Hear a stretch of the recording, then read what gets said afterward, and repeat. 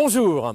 En apparence, c'est un coffre, mais qui en fait dissimule un haillon, qui lui-même dévoile un volume de chargement inimaginable. C'est l'une des astuces, des innovations sur cette nouvelle Citroën C5. On attendait de l'essayer et vous allez le constater, on n'a franchement pas été déçus. Une question cependant, pourquoi le bureau de style de Citroën n'est-il pas allé plus loin dans l'originalité? Ce sera le thème de notre dossier. Et puis, autre essai également aujourd'hui dans Turbo, l'un des best-sellers de l'automobile mondiale, la nouvelle génération de Honda Civic. Décidément, rien n'est trop beau, rien n'est trop cher pour l'automobile, puisque Citroën a consenti 7 milliards de francs d'investissement pour vous faire sa nouvelle C5, dont le comportement routier fait déjà parmi nos confrères l'unanimité. En témoigne maintenant dans Turbo, Étienne Brouet.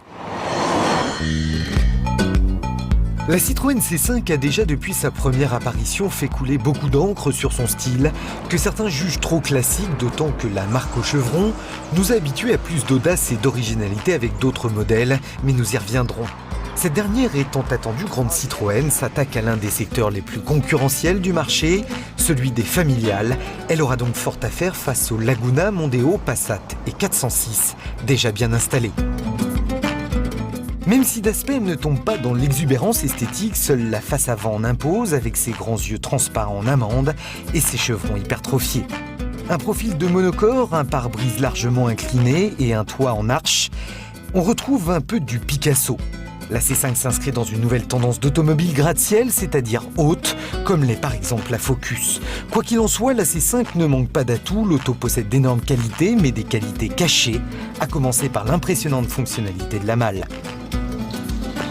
Contrairement à ce qu'on pourrait croire, il ne s'agit pas d'un coffre, mais d'un vrai haillon. Ça, c'est pour faire plaisir à la clientèle française. En revanche, le dessin du coffre, c'est plutôt pour les Allemands. Et oui, car eux préfèrent les coffres au haillon. Celui-ci justement est gigantesque et n'a rien à envier à celui d'un break. Avec 456 décimètres cubes, il est de loin le meilleur de la catégorie. Autre point fort, son habitabilité. Très confortable à l'avant comme à l'arrière, l'assise a fait de très gros progrès par rapport à celle de la Xantia.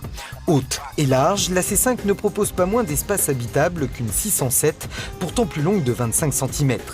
Avec une garde au toit généreuse, elle dépasse de 6 bons centimètres toutes ses rivales. La C5 sait donc accueillir. D'une présentation soignée et marquée, l'environnement intérieur a largement progressé. Mais nous ferons deux reproches. D'abord le faux bois, l'ersatz, qui envahit la console et borde les contreportes, est indigne d'une auto qui revendique un certain standing. Ensuite, l'ergonomie générale est parfois compliquée et pas toujours appropriée.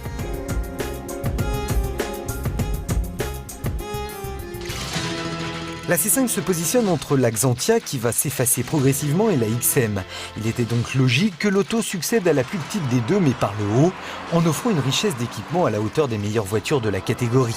Seul le contrôle électronique de stabilité ESP n'est pour l'instant pas disponible et chez Citroën on est très fiers de dire qu'on peut s'en passer. Nous on pense, et la C5 en est la démonstration, qu'on peut avoir la meilleure tenue de route du marché sans ESP. Parce que nous avons une technologie, en particulier avec Hydractive 3, qui permet de le réaliser. Mais l'ESP sera en plus disponible, puisque c'est effectivement un argument de marketing, au moins dans certains pays. Cette suspension hydropneumatique est un véritable bijou technologique. Le confort reste bien sûr un chapitre choyé, indissociable des grandes berlines de la marque. Intelligente, elle s'adapte automatiquement en fonction du style de conduite et de l'état de la route. De ce fait, vous serez, comme je l'ai été, bluffé par le comportement de cette C5, indéniablement sécurisante. Agrémentée d'une direction précise à assistance variable et d'un freinage toujours aussi efficace, elle se joue presque de toutes les situations. La boîte ici à mode séquentiel est un peu lente, une broutille, et l'épais montant de la porte conducteur gêne la visibilité comme sur le Picasso. Le V6 210 chevaux emprunté au 406 et 607 est d'une grande souplesse. L'auto inspire la tranquillité. Sa commercialisation vient plus tard sur le marché que ses nouvelles concurrentes. Citroën nous avait déjà habitués à cette curieuse politique de vente avec le Picasso. Elle est en plus pas donnée. À équipement équivalent, une C5 réclame par exemple 20 000 francs de plus qu'une Mondeo. Reste le style, un critère essentiel qui ne fait pas l'unanimité, mais on y reviendra tout de suite après l'essai. Au chapitre des motorisations, la C5 décline 3 blocs essence, dont le très alerte 2 litres HPI à injection directe de 143 chevaux, une technique largement répandue sur les diesels. La C5 sera pourvue de 2 HDI de 110 et 136 chevaux. Très ciblée haut de gamme, elle offrira 3 niveaux de finition X, SX et exclusive. On retrouve en série dans les 3 l'ABS, l'aide au freinage d'urgence, les airbags frontaux, latéraux, rideaux et la suspension hydractive. L'antipatinage est proposé uniquement en option pour 2500 francs, l'allumage automatique des feux de détresse en option uniquement sur la version de base pour 3000 francs et le détecteur de sous-gonflage des pneumatiques n'est en série que sur la version exclusive. Enfin, les prix s'échelonnent de 142 à 209 500 francs. Alors, ce splendide paysage d'Andalousie va justement nous servir de lien maintenant avec le thème suivant, puisqu'il va être question de l'esthétique de cette nouvelle Citroën. Incontestablement, cette C5, et Étienne Breuet vient de vous le confirmer dans son essai, cette nouvelle C5 est bien née, tant techniquement qu'en comportement routier. Mais cela dit, depuis sa première présentation mondiale à Paris en octobre dernier, on a déjà beaucoup discuté, polémiqué quant à son look, quant à son design. Or justement, cette semaine, 2000 d'entre vous ont pu exprimer leur avis sur ce thème sur notre site internet turbo.fr. Résultat de ce sondage, 55% trouvent cette nouvelle Citroën C5 de splendide à belle, 45% de banale à franchement moche. Alors, cette nouvelle C5 aurait-elle pu être beaucoup plus consensuelle, d'autant que l'on murmure qu'il y avait des projets beaucoup plus rock'n'roll dans les cartons des designers de Citroën. Un dossier pour Turbo d'Étienne Breuet. Il n'y a pas d'équivoque, la C5 provoque des réactions sur son style. Certains la disent classique, voire banale, d'autres trop conventionnelle. Mais que se passe-t-il chez Citroën? On croyait la marque notamment avec le Picasso, original et plein d'attrait, capable à nouveau, comme par le passé, de coups d'éclat. La C5 nous fait malheureusement penser le contraire. On a un petit peu l'impression que c'est un enfant qui a dessiné cette voiture. C'est très simple comme schéma. C'est un petit peu triste pour Citroën, mais sans identification de marque, on pourrait penser que c'est une voiture, une grosse berline japonaise d'il y a 15 ans. Certains spécialistes du design Citroën expliquent même que l'auto va à contresens du dynamisme. Le fait d'avoir ces lignes qui sont plongeantes vers l'avant, me semble-t-il, est en contradiction flagrante avec l'idée du dynamisme.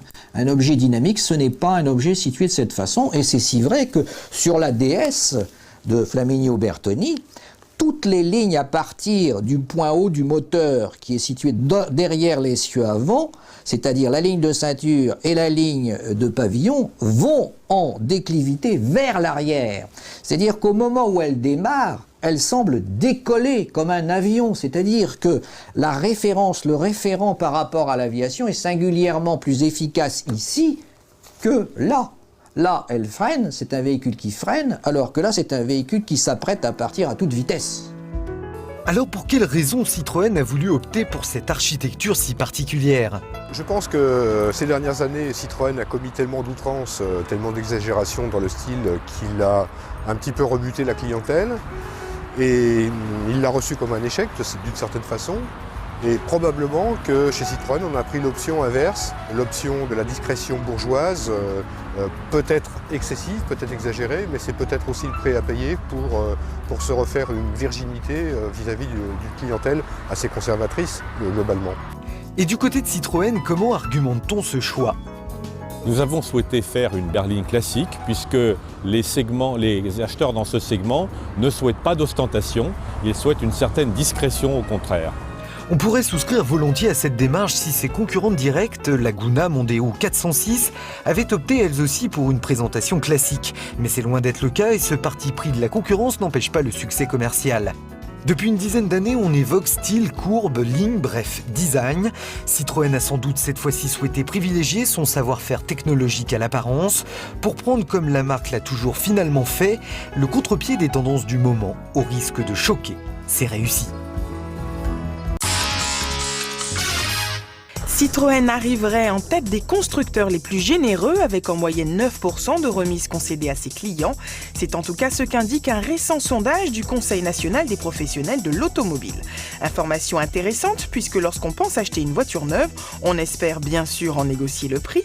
Citroën devance donc Fiat, Opel et les marques japonaises. Renault et Peugeot n'arrivent qu'à la 5e position avec 6,7% de rabais. En queue de peloton, on retrouve le très réticent Volkswagen qui n'accorde en moyenne qu'à peine plus de 5% de remise, peut mieux faire.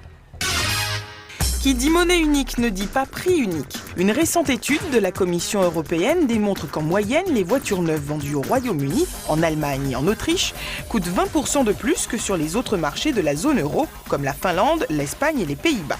Il semblerait d'ailleurs que les constructeurs automobiles aient recours à des pratiques restrictives pour empêcher leurs clients d'acheter leurs véhicules dans les autres États membres. Si vous souhaitiez faire de votre voiture votre premier achat européen, soyez très prudents. Il est loin le temps où les concessionnaires attendaient sagement que les clients leur rendent visite.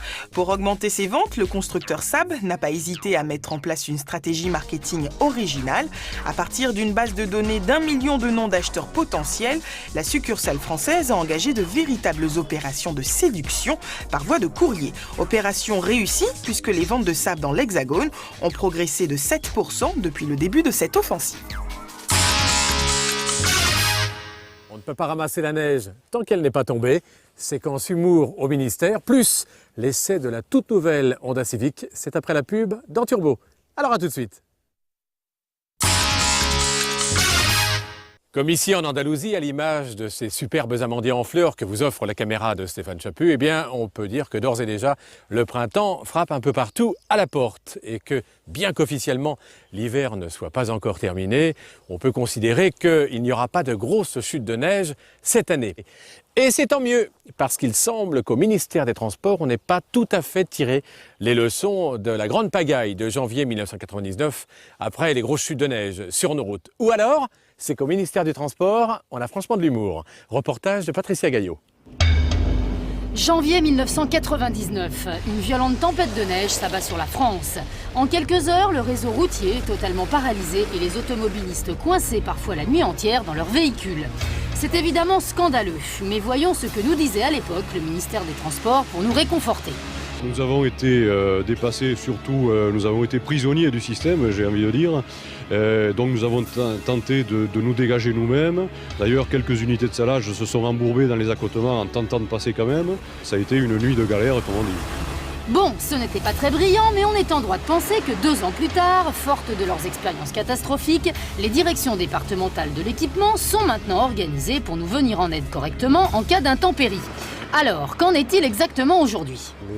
Les directions départementales de l'équipement sont organisées. Il y a de façon permanente un responsable du suivi des conditions météo qui dispose à la fois d'outils informatiques de suivi et aussi d'autres agents appelés patrouilleurs. Et je peux rappeler à ce titre qu'il y a environ 30 000 hommes et femmes au ministère de l'équipement qui interviennent dans la viabilité hivernale chaque année. À première vue, on se sent rassuré, mais malheureusement, lorsque l'on approfondit, on se rend compte que la direction de l'équipement n'a pas vraiment tiré les leçons du passé. Il ne faut pas s'attendre à ce que l'ensemble du réseau soit dégagé ou traité en même temps. Nous n'avons pas les moyens, personne n'aurait les moyens de traiter tout le réseau qui est extrêmement développé. Il y a aussi des limites à nos moyens d'intervention, soit des limites liées aux conditions climatiques. Par exemple, nous utilisons du sel, mais le sel n'est pas efficace dans toutes les conditions météorologiques. On ne peut pas effectivement déneiger avant que la neige ne soit là. C'est d'ailleurs un point important à faire comprendre. La principale réponse, c'est le raclage, et donc il faut attendre que la neige tombe pour pouvoir intervenir. Donc, parfois, il arrive que nos machines sont prises elles-mêmes dans des embouteillages. C'est arrivé en région parisienne il y a quelque temps. Eh bien, avec de telles réponses, on se sent en sécurité. Mais finalement, que peuvent faire de plus les services de l'équipement face aux caprices du ciel? Alors, quelques conseils de bon sens si vous devez prendre la route. Renseignez-vous bien auprès des services météo et prévoyez des vêtements chauds. Alors, et selon le bon vieux principe, bien sûr, que l'on ne change pas le nom d'une voiture qui gagne, cette Honda Civic nouvelle génération fait donc sa 7e entrée sur scène, affichant par ailleurs un palmarès historique avec 14 millions de modèles vendus à travers le monde au cours de ces 30 dernières années. La petite japonaise débarque ces jours-ci en France. Débarque est d'ailleurs le mot le plus adapté puisque, pour information, elle est fabriquée en Angleterre. Et c'est Jean-Luc Moreau qui en prend le volant aujourd'hui sur les routes d'Andalousie.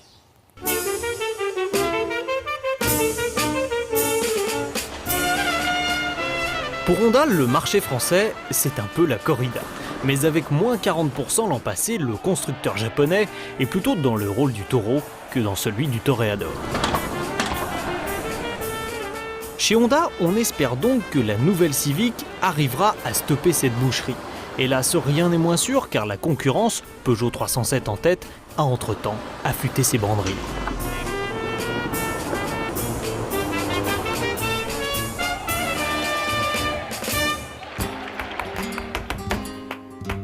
Si la Civic 7e du nom est 100% nouvelle, en la voyant on ressent cette impression de déjà-vu. Rien d'anormal puisque sa ligne sacrifie à la nouvelle mode des capots courts et des habitacles surélevés. Comme encore une fois, la nouvelle Peugeot 307 ou la Fiat Stilo qui sera présentée la semaine prochaine au Salon de Genève. Qu'on aime ou qu'on n'aime pas, l'avantage de ce type de carrosserie, c'est qu'elle propose dans un volume réduit plus d'espace à bord. Et c'est vrai que même en étant plus courte que la précédente génération, cette Civic bat des records d'habitabilité. Ainsi, la place réservée aux passagers surpasse ce que peut offrir la concurrence, ou plutôt ce que pouvait, car la 307 par exemple fait aussi bien. Le plancher totalement plat est aussi un gros avantage, mais là où le bas blesse, c'est au niveau de la qualité des matériaux. Sur ce point, les Japonais se sont laissés distancer par les Européens et il existe aujourd'hui un véritable fossé entre une Golf et une Civic. En revanche, l'équipement de série de notre version ES est complet, avec entre autres une radio lecteur CD, une climatisation automatique ou un toit ouvrant.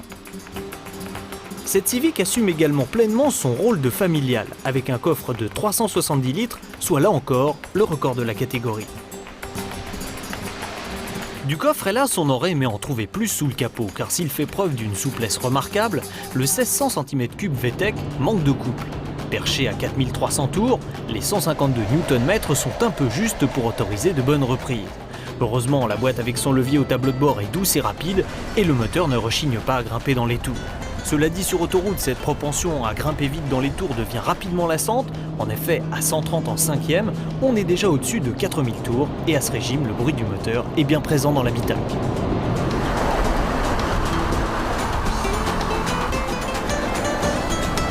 Autre souci, la direction à assistance électrique manque de précision. En virage et en conduite rapide, on ne sait donc pas vraiment où sont les roues avant. Dans un premier temps, ça peut surprendre, mais le comportement très sous-vireur autorise les improvisations les plus folles. En clair, ça penche, ça couine, mais il est impossible de se retrouver dans une position délicate. De toute façon, si ça tourne mal, les freins avec ABS en série sont suffisamment puissants pour stopper rapidement la voiture.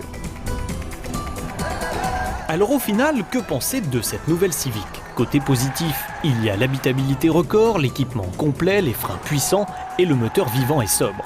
Côté négatif, une qualité de fabrication moyenne, une direction floue, des suspensions mal amorties et une mécanique bruyante et molle à bas régime. L'ensemble compose donc un cocktail pas franchement désagréable. Mais malheureusement pour elle, cette Honda va devoir affronter la nouvelle Peugeot 307 et la nouvelle Fiat Stilo. Deux gros morceaux qui vont sûrement lui donner du fil à retordre, d'autant que cette nouvelle Civic est chère, avec des prix s'échelonnant de 94 900 pour la 1,4 litre S à 121 900 francs pour la 1,6 litre automatique. Une chose est sûre en tout cas, dans la corrida des berlines moyennes, la Civic ne mérite ni la bronca, ni les deux oreilles, et encore moins la queue.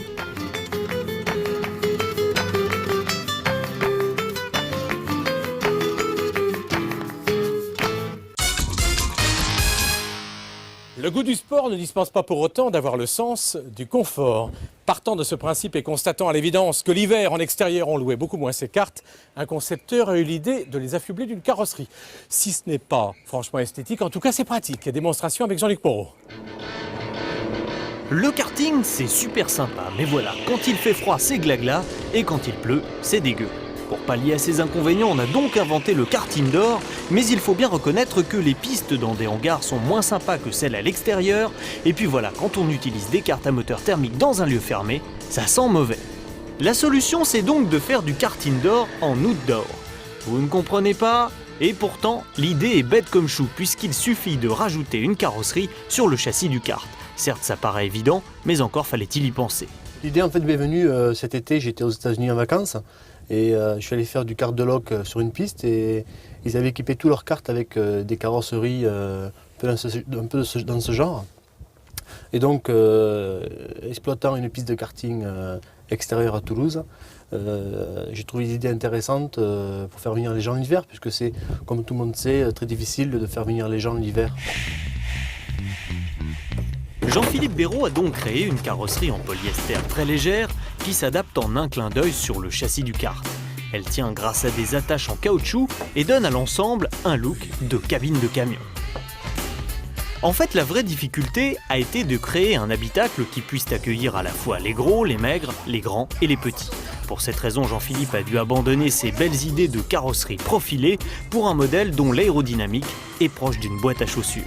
Bon, c'est vrai que le résultat est loin d'une Formule 1, mais ici, on a un pare-brise et un toit.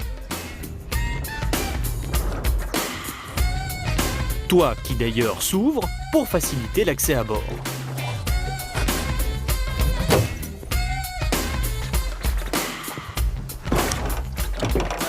Rigolo à l'arrêt, avec sa bouille de gros jouets, le kart carrossé redevient cependant un engin sérieux, une fois en piste. Allez messieurs, accélérez.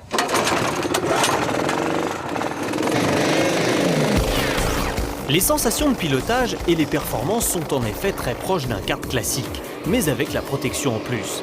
D'ailleurs, on se sent tellement en confiance que les clients ont tendance à préférer le kart fermé, même quand il ne pleut pas ou qu'il ne fait pas froid.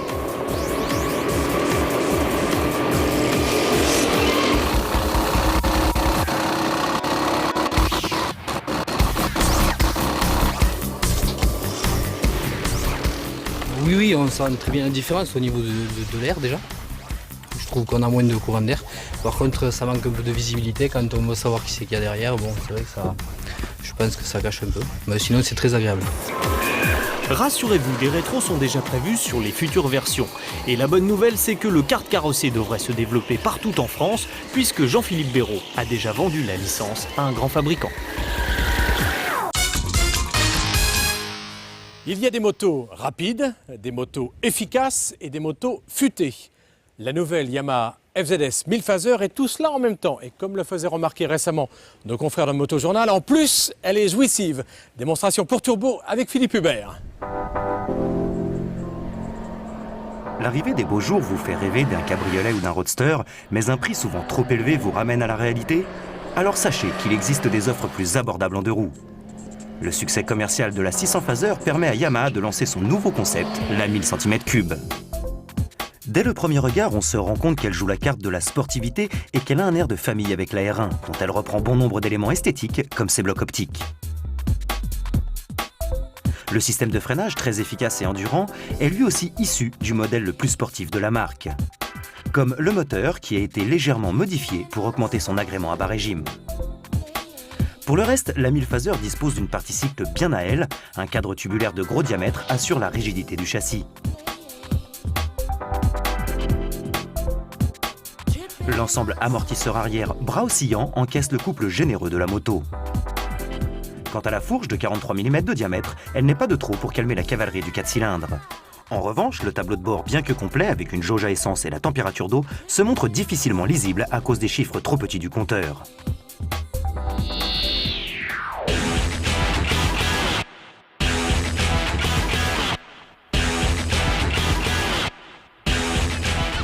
En ville, la Yamaha est facile de prise en main grâce à son poids, 208 kg, à peine supérieur de 19 kg par rapport à sa petite sœur, la 600 Phaser. La position de conduite agréable permet de tirer profit de son excellente partie cycle. En effet, facile à manier, ses réactions se montrent saines, même sur un bitume à l'adhérence hasardeuse. Bien servi par un moteur disponible et souple, il s'envole dans les tours sans jamais se montrer brutal. Et les 21 litres de son réservoir lui permettent de disposer d'une bonne autonomie. Dommage que la protection soit limitée, il fallait s'y attendre vu la petite taille de la bulle. Mais Yamaha a prévu une liste d'options concernant entre autres une bulle haute. La Phaser 1000 n'est certes pas la moins chère de sa catégorie, mais vous permet de rouler en R1 façon street bike, c'est-à-dire en sportive civilisée. Ses concurrentes se nomment Kawasaki ZRX 1200S ou Suzuki 1200 Bandy S, certes moins efficaces mais aussi beaucoup moins chères. La Suzuki se vend par exemple 16 000 francs de moins. Reste que la 1000 Phaser, disponible en 3 coloris, rouge, noir et bleu, se place dès sa sortie en référence de la catégorie des roadsters, en attendant l'arrivée de la nouvelle Honda 900 Hornet, sa plus sérieuse concurrente.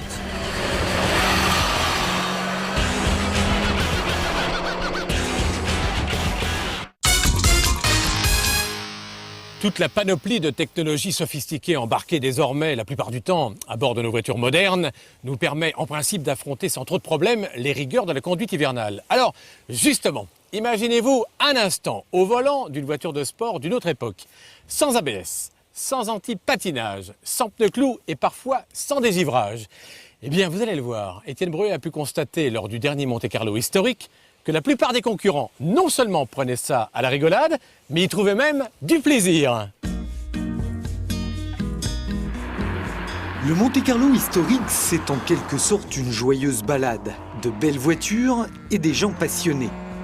Tous partaient des quatre coins de l'Europe, 3 à 4 000 km d'aventure sans bousculade ni pression. Seulement voilà, c'était sans compter sur un coup de colère de la météo. Alors le Monte-Carlo historique, c'est ça, des voitures de légende qui ont marqué les plus belles pages de l'histoire du rallye et surtout un temps d'enfer. Et à partir de là, les participants dans leur voiture ne rigolaient plus du tout. Ah ben, si la question que vous vous posez est de savoir si on en chie, eh bien je dis oui. On en chie, putain. Mais on l'a voulu, hein. Mais on ne croyait pas tac. Non, non, ça je l'aurais cru. Non, non. Et des galères, ils en ont eu. Les équipages de quelques 250 bolides rassemblés en Ardèche à la station thermale de Vals-les-Bains ont connu les pires difficultés. Même avec des voitures modernes et plutôt sécurisantes, rouler sur la neige est déjà un exercice très risqué. Alors imaginez-vous un instant dans cette tempête sur ces spéciales impraticables, au volant de voitures fragiles de conception totalement révolue. Ici, pas d'ABS ni de contrôle électronique de stabilité, des autos sans aucune adhérence ou presque, et certains équipages en ont fait les frais. Une conduite souvent périlleuse, sans visibilité ni chauffage et où il faut effectuer en plus une moyenne. Dans ces voitures anciennes, tout se fait à la main. Même le nettoyage du pare-brise, c'est dire, il faut une motivation sans faille. C'était comment? C'était horrible. C'était horrible, en plus on n'a pas de coups, on n'a rien, on est dehors. Difficile? Et très difficile. Alors? Salut, ça va? C'était comment? C'est super, ce qui est dommage c'est que les pneus ils sont aussi d'époque, il n'y a aucune adhérence. Cela dit, Eric Comas, ancien pilote de F1 et fondu de la glisse, a trouvé beaucoup de plaisir à piloter sur ces spéciales enneigées, surtout avec sa vieille Alpine d'époque. L'ingrédient indispensable, c'est la neige avec une Alpine. C'est vrai que c'est une voiture qui est superbe à conduire sur la neige. J'ai la chance d'avoir une voiture qui était une démonstration d'Alpine Renault, de Jean Rodelet en 69, une des toutes premières 1600S et qui a 44 000 km d'origine. Mais c'est effectivement, il faut un peu de dextérité pour conduire ces voitures, avec le tout à l'arrière, le moteur à l'arrière, propulsion. Mais c'est hyper drôle parce qu'en fait, ce qu'on cherche, c'est s'amuser avec le volant et ça, c'est l'outil idéal. Moralité, l'année prochaine, il faudra certainement compter avec la neige car elle ne fait pas que des malheureux.